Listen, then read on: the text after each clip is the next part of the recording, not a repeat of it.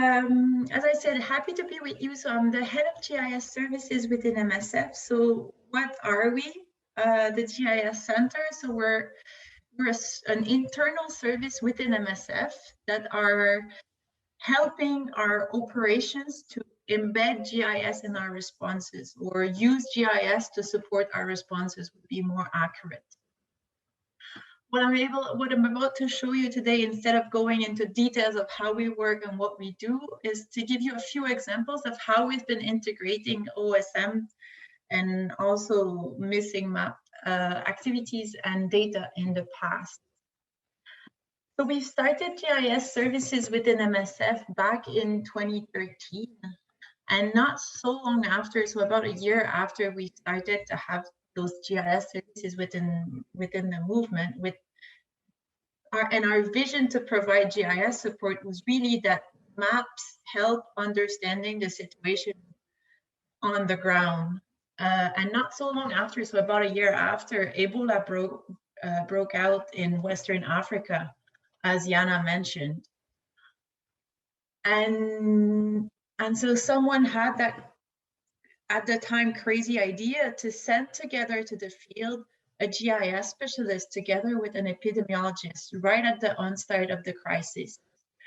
And what he found when he arrived to the ground was actually this hand-drawn map that you can see on the left of my screen. And when you were looking either at OSM or at Google back then, you had this being Gekedu, that was the epicentre back then of the outbreak. So what seemed like a crazy idea back then is that we called out to OpenStreetMap volunteers right away and provided them with satellite imagery of 3 towns where we knew there were cases of Ebola. And not long after, the 3 towns were mapped. And back then it was just incredible to have this. It was still then a logistic for us to send that data to our GIS specialist that was in the field to respond to the emergency, but already knowing that we had this base map on which he could be working was really a first for us and really great to have. And then through time, we continued that collaboration and integration of OSM data in our different responses, because MSF often works in zones where the zones that are really poorly mapped still today. So I provided another map of Freetown, which was also very much hit back then. And now I just added this example to my presentation, actually, because it's hard not to show it. And I think it's also a game changer in terms of integrating OSM data and working together back and forth with the communities.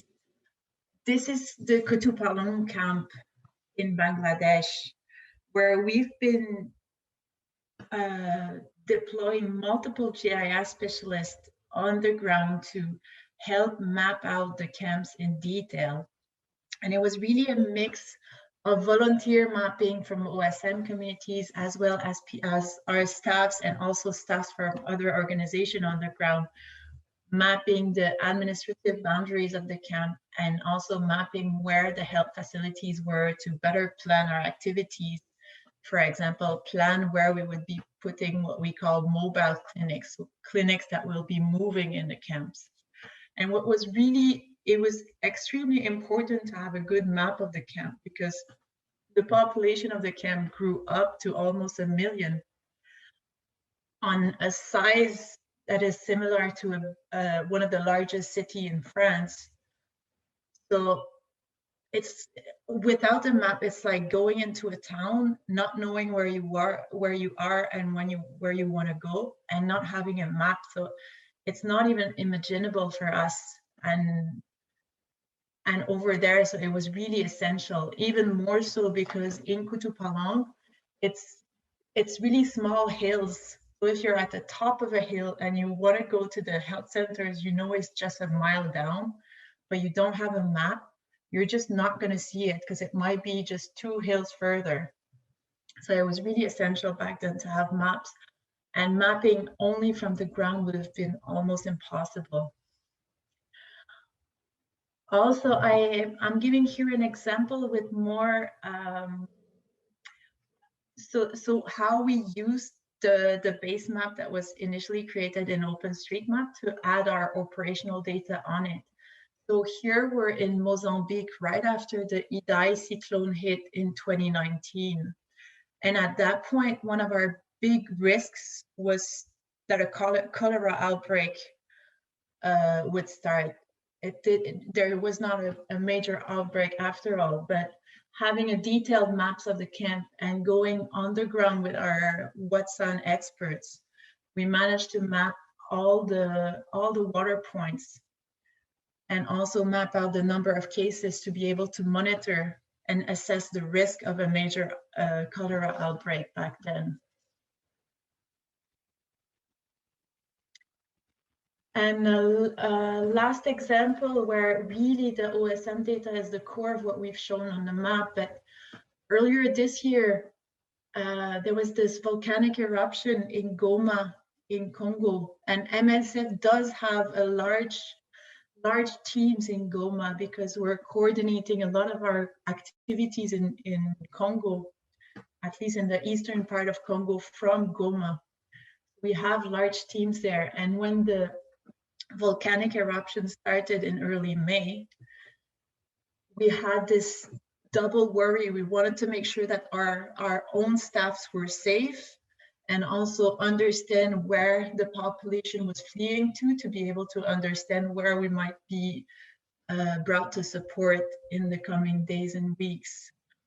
So what we did back then is, so the data is quite well mapped in OpenStreetMap already. So we use the data from OpenStreetMap as well as other data sources to create maps of the main towns surrounding Lake Kivu, as well as we've added, you can see at top right, the lava flow. The red part here is the lava flow, and the yellow part is the quartier to evacuate. So this helped our teams on the ground to see which houses to evacuate from for our own staff and also plan a potential response. So what we did here is in some cases we had a lot of operational data on it, but here we really just valued the OpenStreetMap data and put forward on the map all the health facilities. All the red dots are the health facilities.